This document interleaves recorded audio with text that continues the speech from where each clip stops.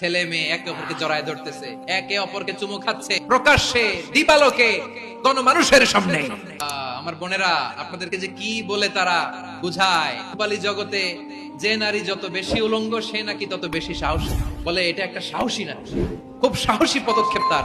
যত বেশি শরীর থেকে কাপড় নামাতে পারবে, যত বেশি বস্ত্রহীন হয়ে নিজেকে প্রেজেন্ট করতে পারবে, সে নাকি তত বেশি সাহসী। শয়তানের প্রথমে এজেন্ডা ছিল বনি আদমকে বস্ত্রহীন করা।